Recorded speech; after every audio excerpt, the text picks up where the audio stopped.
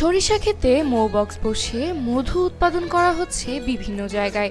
দেশের চাহিদা মিটিয়ে সরিষা ফুলের মধু চলে যাচ্ছে বিদেশেও।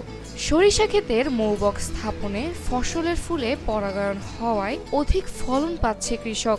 তবে সরিষা ও মধু উৎপাদন বৃদ্ধির লক্ষ্যে মাঠ পর্যায়ে কৃষকদের পরামর্শ দেওয়ার কথা জানান কৃষি কর্মকর্তা।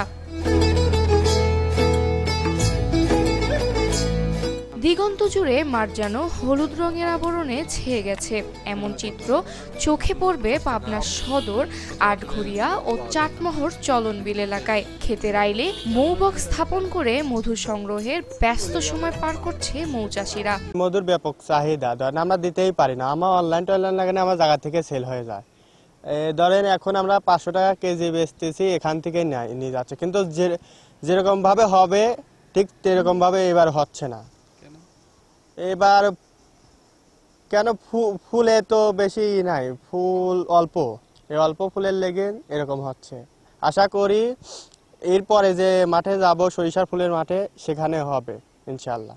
এখন বিক্রি করতেছি খুচরা 500 টাকা কেজি। দেশের চাহিদা মিটিয়ে এই মধু দেশের বিভিন্ন প্রতিষ্ঠান সহ রপ্তানি হচ্ছে বিদেশে। প্রতি কেজি মধু বিক্রয় হচ্ছে 500 থেকে 600 টাকা দরে। সরিষা ফুলের মধু গুণগত মান ভালো হওয়ায় ক্ষেত থেকেই কিনে নিয়ে যান অনেকেই। আর কৃষকরা বলছেন মাঠে মৌবক্স স্থাপনের মাধ্যমে ফুলের পরাগায়ন হচ্ছে, আর এই কারণে কৃষক অধিক ফলন পাচ্ছে ফসলের। উপকার মানে সরিষার মধু তো এমনি খুব সুন্দর মধু, 1 নাম্বার মধু হয়।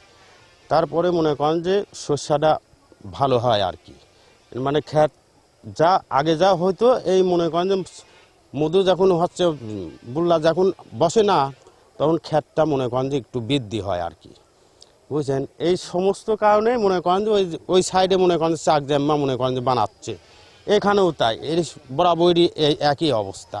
অ্যান্ড সরষার টাইমে মনে করেন যে মধু নেওয়ার জন্যে মনে করেন যে জায়গায় যায় মধু, আবার বুল্লা মনে করেন যে মানুষের কথা শুনে, আর এই কথা শোনার কারণেই মনে করেন যে তারা এই জায়গায় জায়গায় চাক করি মনে করেন যে এই মধুটা মনে করেন যে লেসছে এবং সাধারণ জনগণের কাছে এই মধুটা বিক্রি করবে। মৌমাছি পালতেছে আপনার 15 বছর। 15 বছর জগতে মৌমাছি আপনার ফুলে গেলে পরে এক ফুলিতে আর এক ফুলে যাচ্ছে, মৌমাছি রেণু ছাড়ালে পরে আপনার দেখা যায় কি ফুলি ফলন বেশি হয়। আর যে বই আপনার দেখা যাচ্ছে আপনার যারা ফুলে মৌমাছি বসতেছে না, আপনার দেখা যাক 6 মণ 5 মণ এইরকম হয় মহিদা। এখন বর্তমান আগে হচ্ছে অনেক চাহিদা বর্তমান। আগে মানুষ বসতো না, খাইতে পাগের মধু, খালি চিনির রস খায় বেড়াইতো। এখন বর্তমান মানুষ ঠিক পাওয়া গেছে, সরাসরি মৌ চাকেতে আসি বাহিনী চলে যায়। আমরা সীমিত দামে নিচ্ছি, 500 থেকে 600 টাকা কেজি বেশি আমরা। মানে প্রত্যেক বছরে শীতকালীন হচ্ছে উনিরা এসে দেখি যে মানে ছোট করে ঘর ঘরে মানে থাকে। এখন এই যে এইগুলা যে বাক্সগুলা দেখতেছেন না, এগুলো হচ্ছে যে আমাদের মানে পিছনে অনেক সরিষার ক্ষেত আছে, এখান থেকে অনেক মানে মাছে দিয়ে ওই মধুটা আর কি আহরণ করে এখানে নিয়ে আসে, এখান থেকে আবার হচ্ছে প্রসেসিং হয় ওইখানে। কিন্তু এটার ভিতরে যেমন দেখা যায় যে আমরা ওই যে গ্রামগঞ্জে দেখি যে পাইলে যে কাঁধে নিয়ে বেড়ায় না, ওটার ভিতরে কিন্তু ওই মধুর ভিতরে চিনি মিশানো থাকে, কিন্তু এটার ভিতরে কোনো চিনি নেই, এটা একদম খাঁটি পিওর। কারণ আমরা হচ্ছে আমাদের এই এলাকাতে বাড়ি, মানে স্থানীয় সালপাল দেখি যখন ওই মধুটা ভাঙে আর কি, তখন তো দেখি যে উনিদের ভিতরে কতটুকু মানে ভেজাল বা অরিজিনাল এতটুকু মানে আমাদের চোখের সামনে তো করে মানে ভাঙে।